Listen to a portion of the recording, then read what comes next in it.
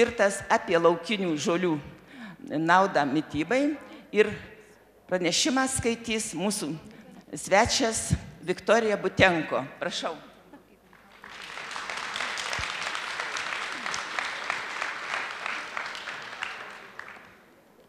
Labas rytas, дорогие друзья.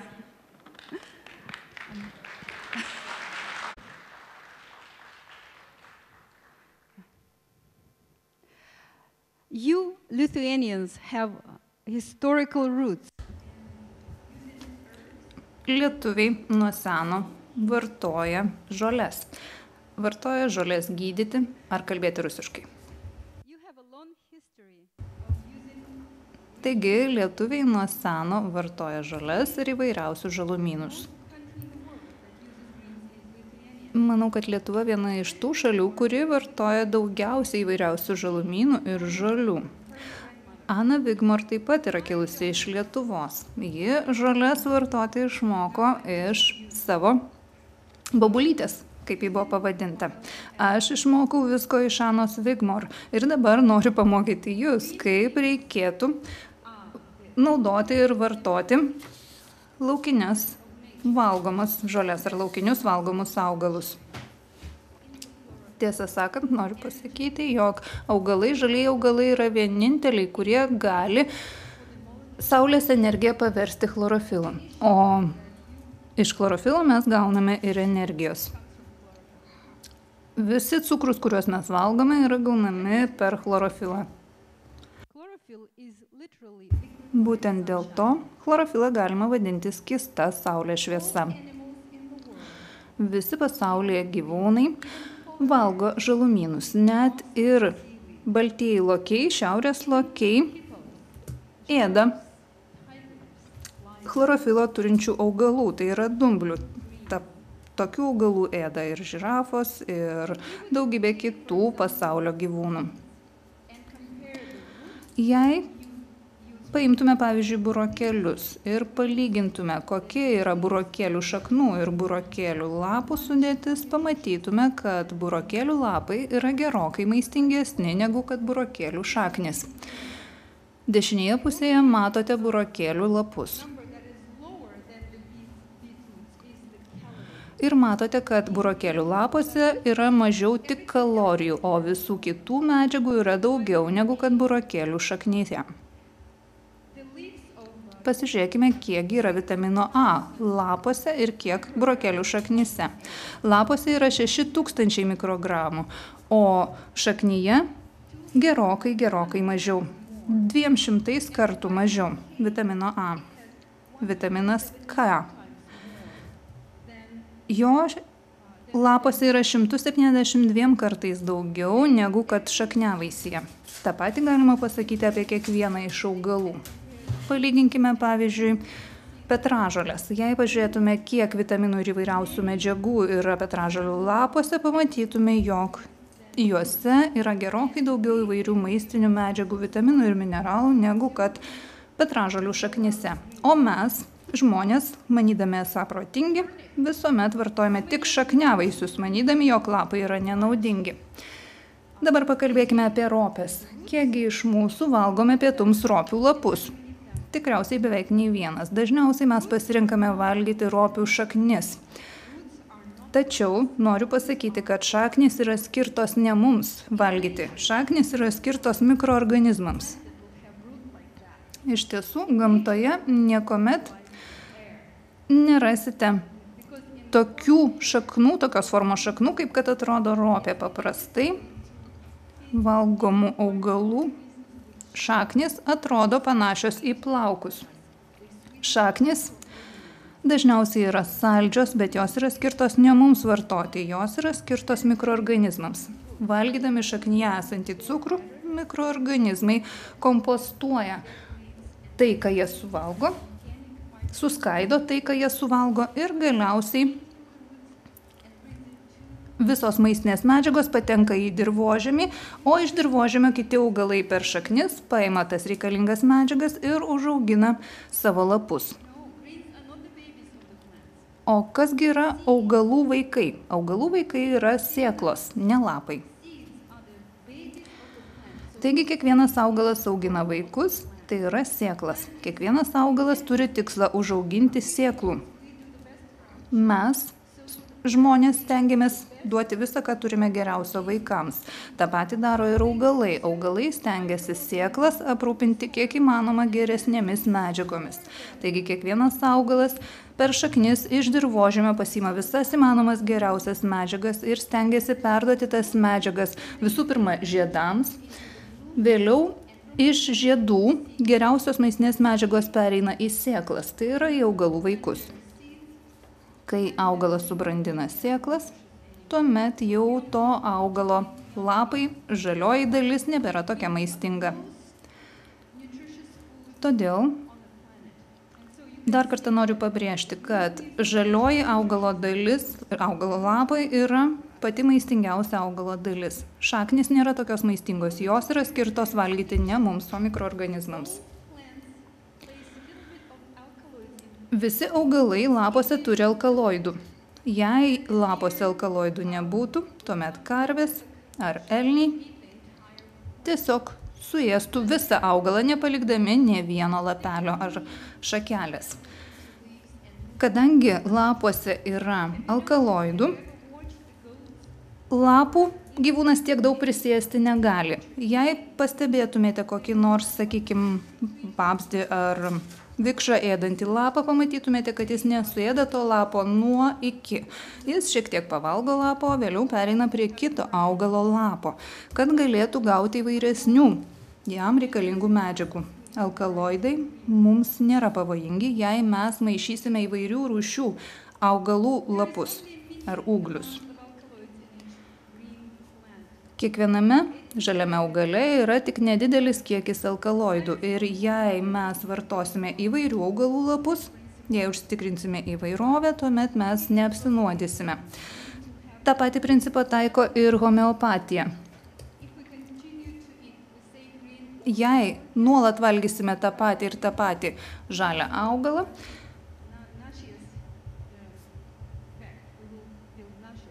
mums bus negera. Būtent dėl to mes stengiamės valgyti vieną dieną vienų augalų žalius lapus, kitą dieną kitų augalų ūglius. Na pavyzdžiui, vieną dieną galime valgyti špinatus, kitą dieną galime valgyti salotinius kopūstus, ar kokį kitą augalą ir taip toliau. Manau, kad visus šiuos augalus jūs galite rasti ir Lietuvos parduotuvėse. Kai kurie žmonės stengiasi sumaišyti visus 7 augalus į vieną kokteilį. Man tai nelabai patinka. Man labiau patinka atskiri kokteiliai. Pavyzdžiui, vieną dieną valgyti salotų kokteilį, kitą dieną kopūstinių salotų kokteilį ir taip toliau. Į tokį kokteilį nereikia įmaišyti vaisių. Vaisiuose yra ganėtinai daug cukraus. Ir nėra alkaloidų, todėl vaisių nereikia taip dažnai kaitalioti. Vaisius yra skirtas pritraukti žmogaus ar gyvūno akį, kad mes suvalgytume tą augalą ir kartu perneštume to vaisiaus ar augalo sėklas į kitą vietą ir jis galėtų toliau daugintis.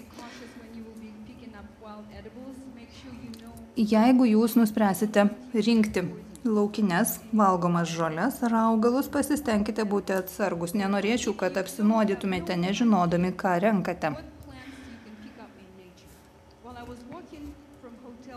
Šiandien aš ėjau iš viešbučio į šį centrą ir pačiame mieste žolynuose mačiau augant ne vieną valgomą žolę, ne vieną valgomą augalą. Aišku, aš nerinkau tų augalų, kadangi jie gali būti pakankamai nuodingi dėl įvairiausių išmetamųjų dujų. Taip pat pastebėjau, jog mieste auga kiaulpienės, taip pat netoli parduotuvės augo ir kitų valgomų žolių, jas iš tiesų galima valgyti. Tarkime, kad jūs nežinote net, kaip atrodo kiaulpienės. Ką daryti tuomet?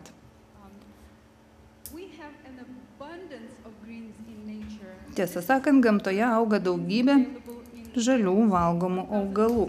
Jungtinėse Amerikos valstijose auga 1649 rūšys valgomų laukinių augalų. Štai matote, kiek daug jų auga laukinėje Amerikos gamtoje.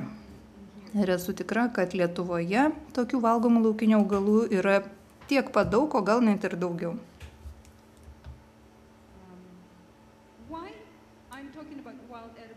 Dabar kalbu apie laukinius valgomus augalus. Kodėlgi mums nenuėjus į parduotuvę ir nenusipirkus kopūstų ar agurko ir pasitenkinus vien tuo? Viena iš pagrindinių priežasčių, kodėl reikėtų rinktis valgomus laukinius augalus, yra ta, kad laukiniai augalai nėra genetiškai modifikuoti.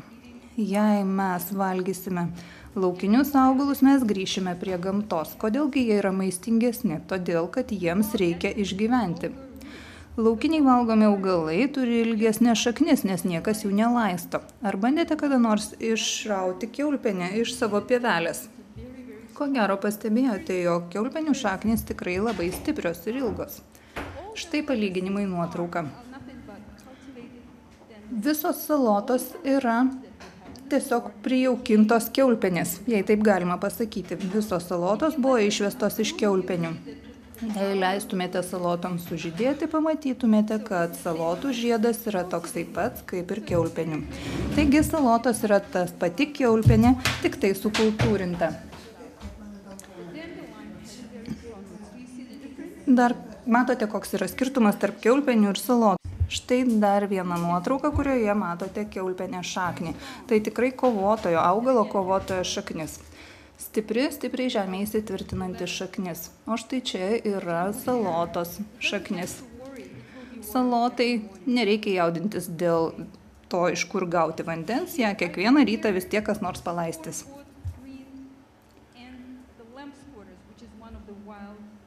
Aš nusprendžiau pateikti jums štai tokį palyginimą. Vieno iš laukinių augalų sudėties ir lapinio kopūsto maistinės sudėties palyginimą. Vienas laukinis augalas, aišku, auga laukinėje gamtoje, o lapinis kopūstas pirktas parduotuvėje. Žinoma, kad laukinis augalas turi gerokai daugiau vitaminų, mineralų ir svarbiausių aminorūgščių, taip pat ir baltymų. Laukiniuose augaluose yra gerokai daugiau baltymų.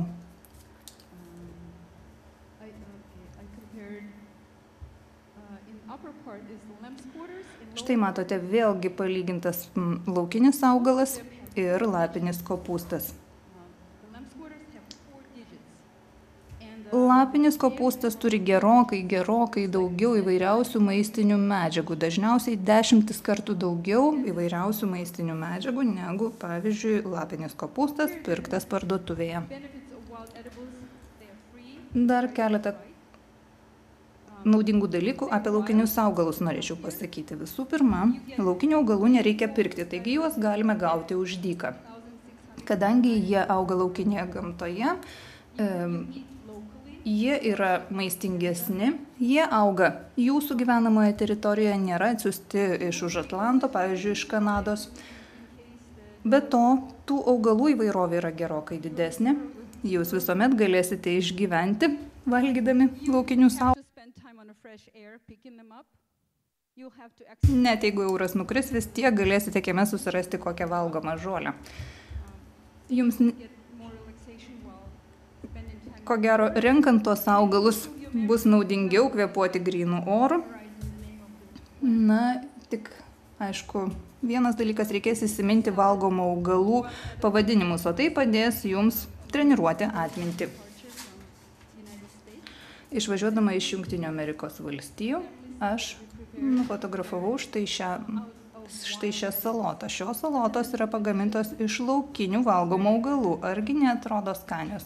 Iš tiesų, jos ne tik atrodo skaniai, jos iš tiesų yra skanios. Tokio maisto jūs negalite užsisakyti niekur restorane, tačiau galite pasigaminti patys. Matote, tai yra laukinių žirnių žiedai. Dar kartą noriu paminėti, jog laukinių augalų žiedai taip pat yra valgomi ir jie iš tiesų yra labai maistingi. Tikėkime, kad kitais metais jau ir tokių salotų mes galėsime užsisakyti restorane Vilniuje. Pasirūpinkite, kad taip ir būtų.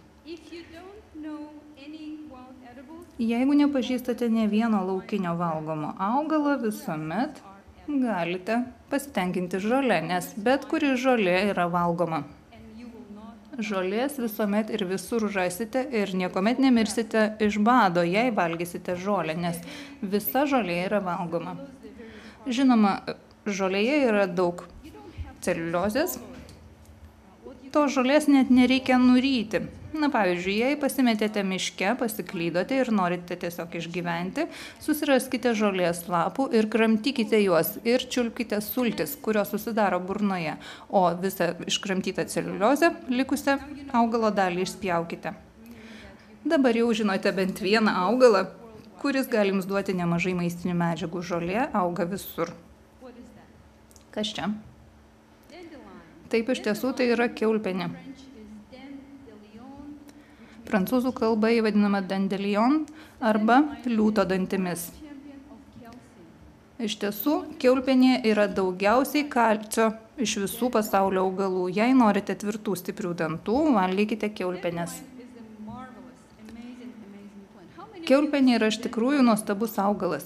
Kiek esate matę laukinėje gamtoje kiaulpienių, pakelkite rankas tie, kurie matėte. Ir dabar pakelkite rankas tie, kurie nepažįstate kiaulpienių.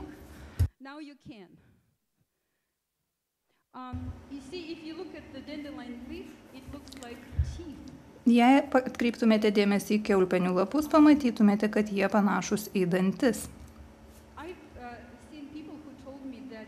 Iš tiesų, esu kalbėjusi su žmonėmis, kurie man sakė, kad kai sirgo diabetu ir gėrė kiaulpienių kokteilį, cukraus kiekis kraujyje iš tiesų mažėjo. Tai nuostabu. Esu girdėjusi, jog kiaulpienė išvalo kepenis ir daugelis žmonių mano, kad tai yra vienas iš geriausių ir natūraliausių kepenų valiklių. Visą augalą galima valgyti ir šio augalo šaknis, ir lapus, ir stiebus, ir žiedus. Ji šiek tiek kartoka, bet jei valgysite kartu su obuoliu ar bananu, nepajusite kartumo. Ir iš tiesų, kiaulpienės skonis yra puikus. Jūs galite tiesiog priprasti prie jo ir netgi gali išsivystyti priklausomybę.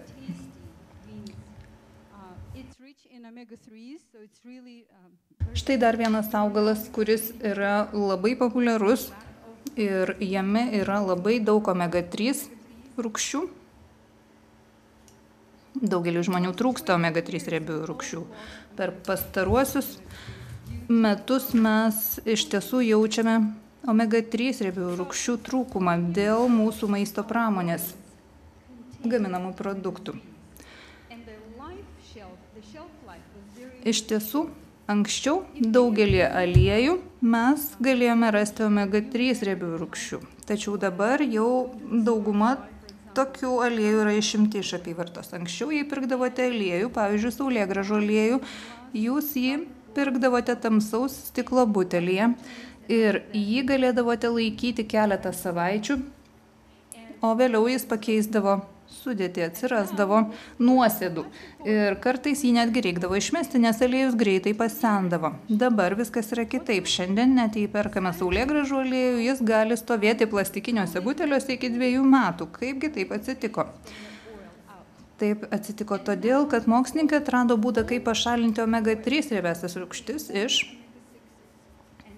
aliejaus. Ir dėl to aliejus gali stovėti ilgiau. Taigi dabar tai yra tik omega-6 riebiosios rūgštys aliejų, omega-3 jau yra išimamos iš aliejos, kad aliejus galėtų ilgiau stovėti. Kurgi galime rasti omega-3 rūgščių?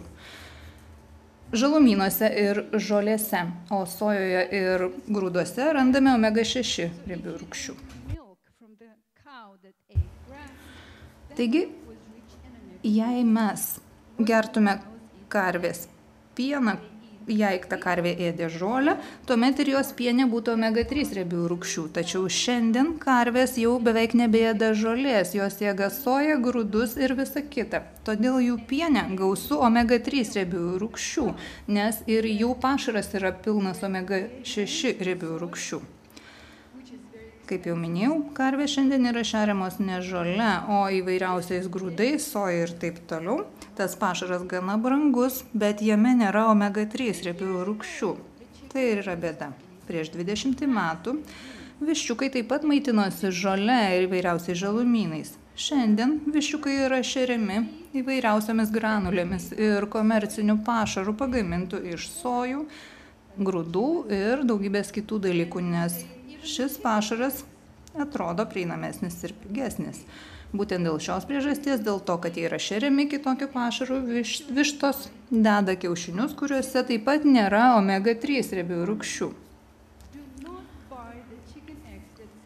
Aš jums patarčiau nepirkti kiaušinių, ant kurių dėžučių yra parašyta. Šiuose kiaušiniuose yra omega-3 riebiųjų rūgščių, nes tai reiškia, kad tie viščiukai ir tos vištos buvo šeriamos maistu, kuris buvo papildytas sintetinėmis omega-3 riebiosiamis rūgštimis. Vien tam, kad būtų galima užrašyti ant etiketės, jog šiuose kiaušiniuose yra omega-3 riebiųjų rūgščių. Tačiau jeigu jūs pirksite kiaušinius iš ūkininkų, kurie leidžia savo vištoms ganytis žolėje ir lesti žolę, tuomet jūs tikrai turėsite kiaušinius su omega-3 riebiosiamis rūgštimis. Dabar pakalbėkime apie žuvį. Jei valgysime užaugintas žuvis, nepagautas laukinės, bet užaugintas žuvis, vėlgi bus ta pati situacija. Gausime tik omega-6 riebiųjų rūgščių. Kągi omega-6 riebiosios rūgštys daro žmogui? Jos sukelia diabetą, sukelia įvairiausius uždegimus, vėžį ir antsvorį. Omega-3 riebiosios rūgštys priešingai padeda nervų sistemai veikti geriau ir padeda atsikratyti antsvorio. Kur dar randame omega-6 riebiųjų rūgščių? Ogi visuose visuose riešutuose, išskyrus linų sėklas ir chies sėklas ir išskyrus kanapių sėklas. Iš tiesų, ši taisyklė turi išimčių ir kai kuriuose sėklose yra omega-3 riebiųjų rūgščių, bet jų tikrai nėra daug, aš jas jau minėjau. Taigi reikia susirasti augalų, kuriuose būtų gausu omega-3 rūgščių. Vienas iš tokių augalų yra rodoma štai čia skaidrėje. Tokių augalų reikia susirasti ir Lietuvoje, rinkti juos visą vasarą ir nuolatos juos vartoti, kai tik tai turite galimybę. Nes jei nevartosite augalų, kuriuose yra gausu omega-3 rūgščių, jūs galite susirgti. Dar vienas augalas, angliškai vadinamas lamb squatters, rusiškai libida.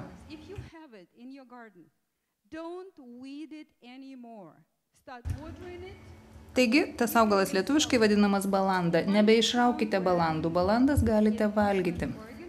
Ten, kur aš gyvenu, Oregono valstijoje, aš iš tiesų ieškojau balandų. Balandos laikomos piktžolėmis, tačiau tų piktžolių mano sode nebuvo. Aš netgi ieškojau balandų turguje. Ir iš tiesų ūkininkai iš pradžių sakė, pas mus balandos neauga, jiems buvo nesmagu pardavinėti piktžolės, bet vienam iš ūkininkų aš tiesiog daviau $20 ir paprašiau atvežti visą dėžę balandų man. Jis negalėjo manimi patikėti. Sako, gal tu triušius augini ar ką, kam tau tos balandos? Aš sakiau, ne, triušių neauginu, aš pati valgysiu tas balandas. Taigi jis atvežė man balandų dėžę ir aš atsivežiau balandas į paskaitą ir mes visi paragavome tų balandų. Tai iš tiesų labai labai skani piktžolė. Kitą dieną pas tą ūkininką jau susidarė eilė žmonių, norinčių nusipirkti balandų. Dabar jau dauguma ūkininkų išdidžiai pardavinėja krūvas balandų surištas į rišulėlius ir už vieną rišulėlį prašo $3. Štai taip atsitiko su balandomis Jungtinėse Amerikos valstijose. Taigi neraukite balandų, tiesiog jas drąsiai valgykite. Balandos iš tiesų yra labai skanios ir jose yra labai daug įvairių maistinių medžiagų, taip pat ir magnio. Magnis padeda kūnui atsipalaiduoti. very popular, clover. Dobilas. Blood cleaner, Dobilas yra vienas iš augalų, kuris valo kraują. Dobilas padeda kovoti su vėžiu. both flowers and leaves Dobilas yra puikaus skonio, valgomi ir žiedai, ir lapai. grows all through the summer. Šio augalo galite prisirinkti visą vasarą. This is the one that Štai dar vienas augalas, kurio jūs galite prisirinkti sode. small flowers. It is so delicious. It's Tai žliugė. Žliugės taip pat galite prisirinkti sode. Jis tarsi kilimas užkloja visą jūsų pievutę. Tai iš tiesų labai skani žolė. Ir ją taip pat galite auginti savo soduose ar daržuose. gathering it in Australia. You know, when we Mes šio žolės radom net Australijoje. we found out that one bunch of greens is, Ir Australijoje paaiškėjo, kad parduotuvėse and I was gonna vieną ryšulėlį šios žolės mes galime nusipirkti už $10. Iš tiesų tai yra didžiulė suma pinigų, jei nori pamaitinti didelę krūvą žmonių. Atsiprašau, so I gathered žalumynai tiek kainuoja parduotuvėje, bet aš tuomet nusprendžiau, kad tų žalumynų iš parduotuvės aš nepirksiu, aš prisirinksiu geriau jau žliugės ir iš tiesų visiems labai patiko. plantain. This is very special. Подорожник, very special plant. Could have narrow leaves like on the right. Could have wide leaves like on the left. Trauklapis. Dabar pakalbėkime apie trauklapį. Trauklapio lapai gali būti platus arba gali būti siauri. Lietuvoje tikriausiai trauklapio lapai yra platus. It's nothing but the husk of this plant. You see the seeds. Štai matote, kaip atrodo pats augalas, štai matote, kaip atrodo jos stiebai, lapai ir žiedai. Fiber in the world. Iš tiesų, iš šio augalo galite gauti pačių geriausių medžiagų. Known since ancient Roman. Jau nuo senovės Romos laikų šis augalas buvo žinomas. Senovės romėnai laikė šį augalą stebuklingu. Na, kągi daryti, jei, pavyzdžiui, jums įkando uodas arba jums įkando bitė. Viskas, ką reikia padaryti, tai yra pakramtyti šiek tiek gysločio ir tą sukramtytą augalą užsidėti ant įkandimo vietos. Patinimas ir niežulys iš karto dingsta. Jei turite vaikų, kurie yra alergiški uodų įkandimui, galite juos taip gydyti. 1998 metais mes su šeima keliavome nuo Meksikos iki Kanados. Per 6 savaitės nukeliavome 3000 km kalnais. Jei kam nors ką nors pradėdavo niežėti įkandus, arba jeigu kas nors susižalodavo šiek tiek ar įsibrėždavo ranką ar koją, mes tiesiog paimdavome, nusiskindavome gysločio lapą, paseilindavome jį ir uždėdavome ant pažeistos vietos. Mūsų kūnas iš tiesų yra protingai suręstas ir seilės taip pat yra labai naudingos. Jeigu mes susižeidėme, kūnas jaučia, kad į mūsų kūno skysčius reikia išskirti daugiau natūralių antibiotikų. Tų natūralių antibiotikų atsiranda ir mūsų seilėse. Visi, kas gyvena laukinėje gamtoje, išsilaižo savo žaizdas, todėl ir žmogus susižeidęs gali naudoti savo seilę žaizdai gydyti. Taigi, jei mes susižeidžiame ir nusiskiname gysločio lapą, jį reikia palaižyti, sušlapinti seilėmis ir uždėti ant žaizdos. Taigi, vienas iš mano sūnų susižeidęs keletą dienų nešiojo taip seilėmis priklijuotą trauklapį. Ir per tas keletą dienų susiformavo randas, užsitraukė žaizda ir gydymo procesas vyko tikrai labai sparčiai. Iš tiesų, tai yra vienas iš natūralių vaistinių augalų. Na, o štai čia yra dilgėlės. Jei norite puikių plaukų, vartokite būtent dilgėlės. Kaipgi aš vartoju dilgėlės? Nusiskinu dilgėlių lapų ir dedu jas į savo kokteilius. Žinoma, dilgėlėms skirti reikalingos pirštinės, nes priešingų atveju labai skaudės rankas, bet iš tiesų dilgėlės yra labai naudingos jūsų nagams ir jūsų plaukams. Na, o štai iš ko yra pagaminti tie 2 litrai žaliojo kokteilio. Matote, visas dubenėlis dilgėlių, taip pat 3 papajos. Ir visą tai sumaišiau, sutryniau, padariau beveik 2 litrus puikaus, labai skanaus ir maistingo kokteilio. Iš tiesų šis kokteilis yra labai labai maistingas. Maistinės medžiagos tiesiog laukia galimybės iššokti iš šių stiklainių į jūsų organizmą. Jeigu jūs naudojate blenderį kokteiliui paruošti, tuomet jau tos dilgėlės nebedilgina. Susilietusios su seilėmis dilgėlės tiesiog, tos dilgėlių adatėlės tiesiog ištirpsta, jos nebedilgina. Ir net jeigu jūs norite tiesiog įdėti dilgėlių lapus į salotas, jums užtenka tiesiog lapus patrinti tarp rankų ir adatėlės nukrenta, jos nebedilgina liežuvio. Iš tiesų dilgėlės yra labai labai skanios.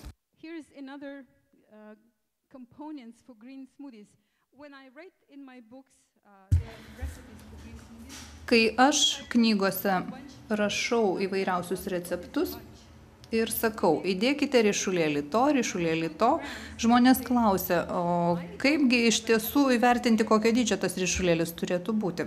Tuomet aš rašau gramais, kiek reikėtų vieno ar kito augalo. Tada žmonės sako, aš nežinau, kaip čia man pasverti tiek gramų. Kitas žmogus, tada rašau podeliais. Žmonės klausia, o koks tas podelis? Didelis, mažas, pilnas, tuščias ir taip toliau. Tuomet aš nusprendžiau nenurodyti kiekių, tiesiog rašyti, kokių augalų reikia ir nufotografuoti, kiekgi iš tiesų tų augalų turėtų būti. Štai čia matote vienas iš receptų. Žmonės, kurie serga skorbutu, taip pat gali valgyti kiaulpienes ir salotas ir obuolius ir kriaušes ir pasidaryti štai savo tokį kokteilį. Nepamirškite, kad gerai būtų, jog visi augalai, kuriuos naudojate, būtų ekologiški. Iš to, ką matote čia nuotraukoje, galėtumėte pasigaminti 2 litrus kokteilio. Ir iš tiesų toks kokteilis kainuoja labai labai nedaug, kadangi laukinius augalus susirenkate už dyką. Obuolių taip pat galite sode pasiskinti, ir tokie pusryčiai iš tiesų būtų ne tik skanus, bet ir naudingi jums. Dar kartą noriu pabrėžti, kad tokie žalieji kokteiliai su laukiniais augalais yra vieni sveikiausių pasaulyje. Ir pagaminti juos iš tiesų yra labai labai paprasta. Jei nežinote, kaip gamintis tokius kokteilius, galite susirasti daug vaizdo medžiagos YouTube. Ten kaip tik yra nufilmuota ir parodyta, kaip aš, mano dukra ir sūnus gamina įvairiausius žalius kokteilius su valgomais laukiniais augalais. Jei turite kokią nors kokteilinę smulkintuvą, galite jį naudoti tokiems kokteiliams gaminti. O štai tie šaltiniai, iš kurių aš ėmiau informacijos savo pranešimui. Mielai atsakyčiau į klausimus, jei tokių būtų.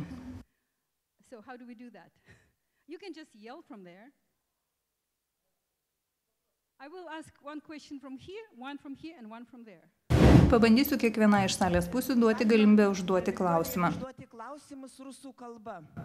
Iš salės, prašom, kreipkitės. Да.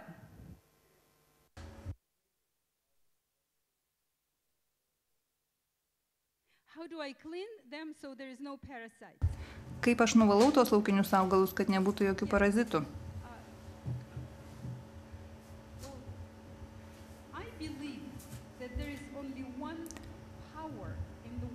Aš manau, kad pasaulyje yra tik tai vienas būdas įveikti parazitus. Mes dažnai parazitus stengiamės užmušti įvairiomis cheminėmis medžiagomis, tačiau moksliniai tyrimai rodo, gausų mokslinių tyrimų rodančių, jog Parazitai mutuoja ir tai daro labai greitai. Per 30 dienų parazitai gali mutuoti ir kas 30 dienų jie gali mutuoti. Todėl jie gali laisvai prisitaikyti prie kiekvienos cheminės medžiagos, net ir prie labai pavojingų. Po keleto mėnesių parazitas jau maitinsis tą cheminę medžiagą, kurią mes naudojame jam užmušti. O pati cheminė medžiaga sunaikins visas bakterijas mūsų žarnyne. Tai mums iš tiesų labai pavojinga, nes kai kurios mums labai svarbios maistinės medžiagos iš tiesų yra sukuriamos mūsų žarnyne. Tai padaro bakterijos, pavyzdžiui, vitaminai B. Vitaminą B sukuria mūsų sveikoji žarnyno flora. Ir aš asmeniškai iš tiesų nesutinku, kad parazitus mes turėtume naikinti chemikalais.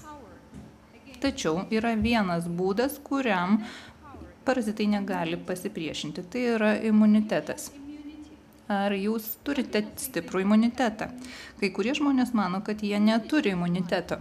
Tačiau imunitetas yra mūsų gyvenimas. Tol, kol mes gyvename, mes turime imunitetą. Imunitetas priklauso nuo jūsų limfinės sistemos sveikatos. Iš viso turime 600 limfmazgių, kurie gamina viską, ko reikia įvairioms bakterijoms ir parazitams užmušti. Jei jūsų limfmazgiai bus sveiki, jei jūsų limfinė sistema bus sveika, tuomet jūs būsite sveiki ir galėsite vartoti įvairiausią maistą. Pavyzdžiui, aš viską, ką vartoju, plaunu tik šiltu vandeniu ir tiek. Valgydama laukinius žalius augalus, aš stiprinu savo imunitetą. Kiekvieną kartą, kai pasitikrinu, ar mano organizme nėra parazitų, visuomet gaunu neigiamą atsakymą. Tai reiškia, kad mano imunitetas yra stiprus. Taigi, jums reikia stiprinti savo imunitetą. Tam svarbus 3 vitaminai. Vitaminas A, vitaminas C ir vitaminas D. Visi šie vitaminai yra patys svarbiausi jūsų imuniniai sistemai.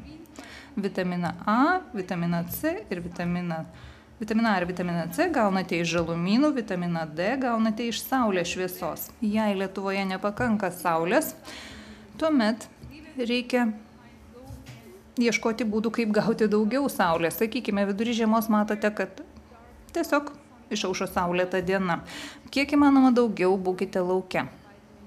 Nenešiokite akinių nuo saulės, nes akiniai nuo saulės neleidžia jums susirinkti visą vitaminą D iš saulės šviesos.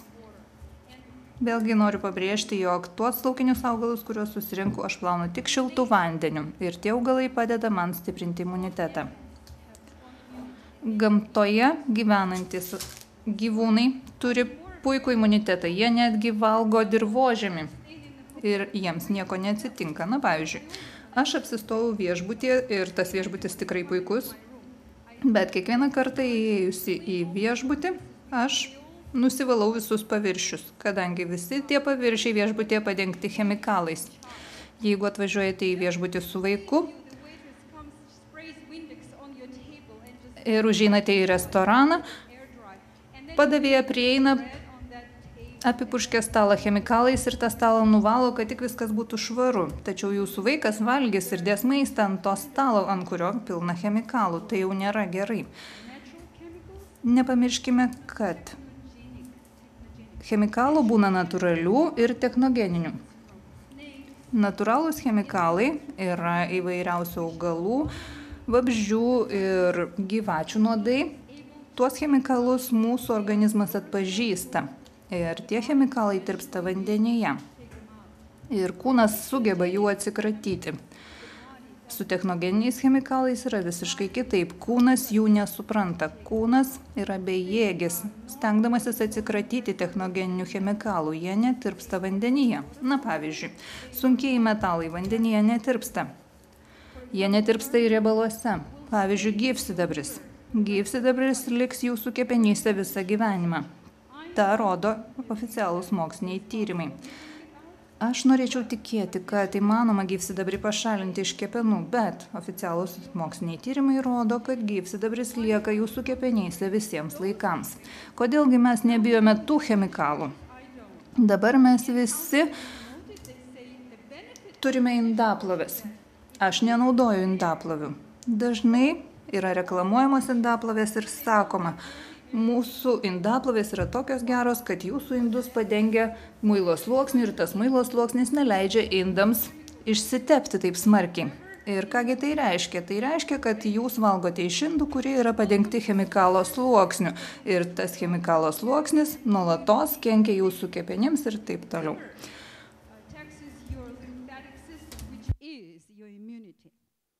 O jeigu jūs valgote laukinius augalus, net jeigu juose yra ir parazitų, tie parazitai padeda jūsų imunitetui stiprėti. Tai yra imunitetas įveikdamas tuos parazitus stiprėja. Noriu dar kartą pabrėžti, kad mes patys savo esame pavojingesni negu parazitai mūsų organizmui. Dabar klausimas iš šitos pusės.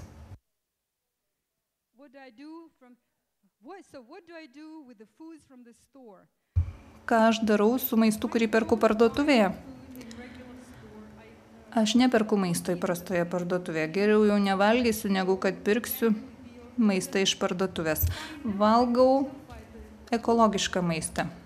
Aš pasižiūrėjus į obuolį galiu atspėti, ar jis yra ekologiškas ar ne. Visuomet stengiuosi pirkti prinokusius ekologiškus vaisius, taip pat ir tamsiai žalius žalumynus. Jei negaliu tokių rasti, tuomet aš einu pas ekologiškų produktų parduotuvės direktorių ir prašau, kad man užsakytų tikrai gerų, puikių, kokybiškų produktų kitai dienai. Man yra tekę kalbėti su daugybė parduotuvių vadovų, kurie sako, jei bus paklausa, mes būtinai užtikrinsime ir pasiūlą. Taigi tokia yra sistema. Kadangi mes esame linkę pirkti pigius produktus, mums ir parduoda pigius produktus. Tačiau pigaus maisto būti negali. Gali būti arba geros kokybės maistas, arba prastos kokybės maistas. Geras maistas kainuoja nemažai pinigų, arba jį reikia patiems užsiauginti. Žinoma, aš namuose taip pat turiu užsiveisusi sodą ir daržą ir visą vasarą mes valgome tai, kas užauga mūsų daržėje ir sode. Žiemos metu aš einu į parduotuvę, bet aš susiradau parduotuvę tokią, kur su manimi kalbamasi ir atsižvelgiama į mano norus. Aš bandau tos parduotuvės vadovus įtikinti, kad man reikia gero maisto, aš užtikrinsiu to gero maisto paklausą. Jei negaliu ir to padaryti, tuomet susirandu ūkininkų, kurie augina ekologišką maistą. Ir tokie ūkininkai, auginantis gerą maistą, mielai parduoda savo maisto produktus man. Taigi turite daryti viską, ką galite, kad gautumėte kokybiškų, gerų, sveikų produktų. Neremkite savo pinigais tų sistemų ar tų tinklų, kurie jums kiša bet kokį prastos kokybės maistą už nedidelę kainą.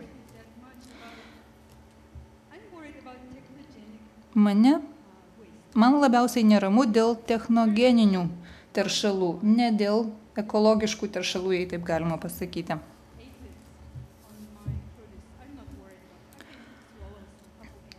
Iš tiesų, galiu suvalgyti keletą skruzdėlių ir mano organizmas jas puikiai suvirškins. Man tai nekelia didesnių problemų.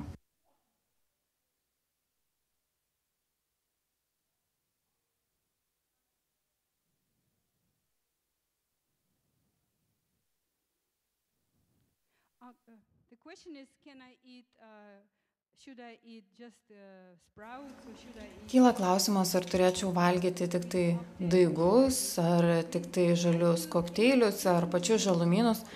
Atsakymas toks, kad aš valgau viską, kas yra žalia. Chlorofilas, kaip jau sakiau, yra skysta saulės šviesa. Būtent jis mus gydo, jis yra antibakterinis. Ir tai yra pati maistingiausia medžiaga pasaulyje.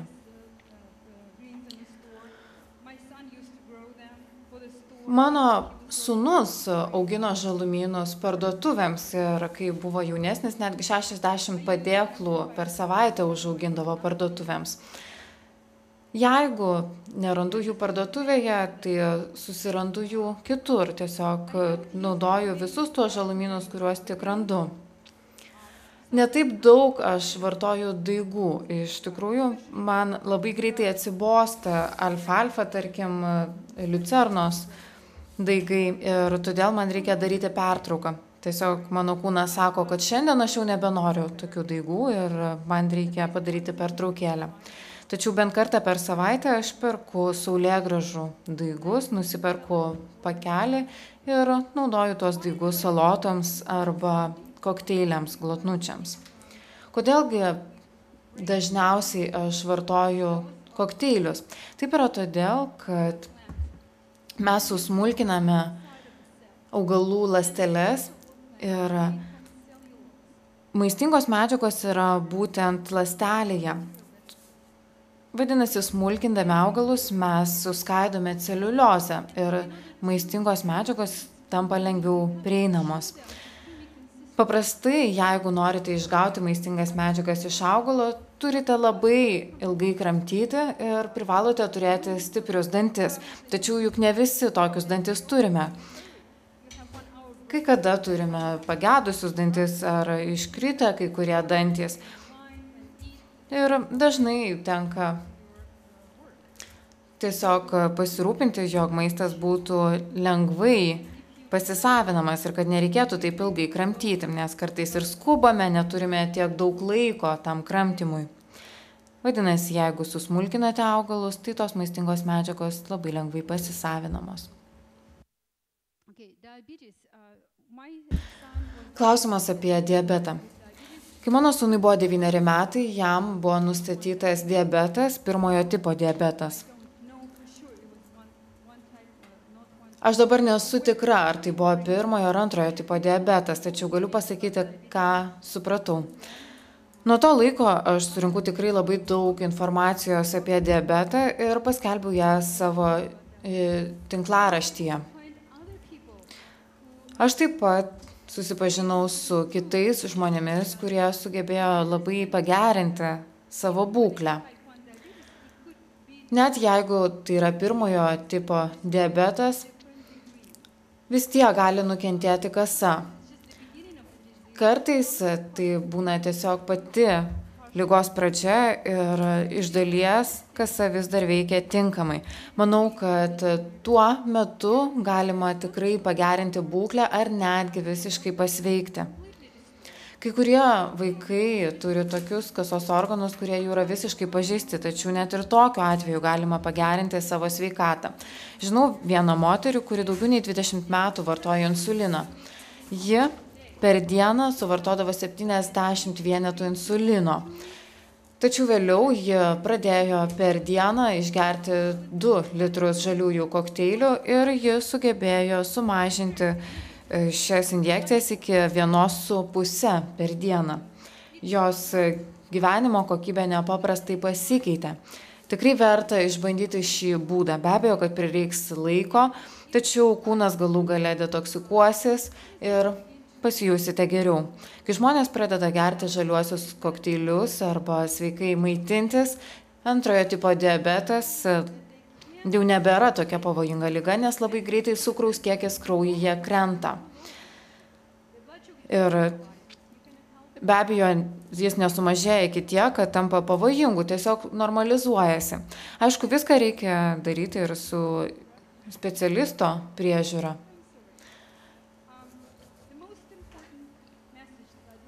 Pati svarbiausia žinia, kurią noriu jums perduoti, yra ta, kad sveikata nėra tikslas. Ji negali būti tikslas, nesvarbu, kaip sergate ar koks sveikas esate.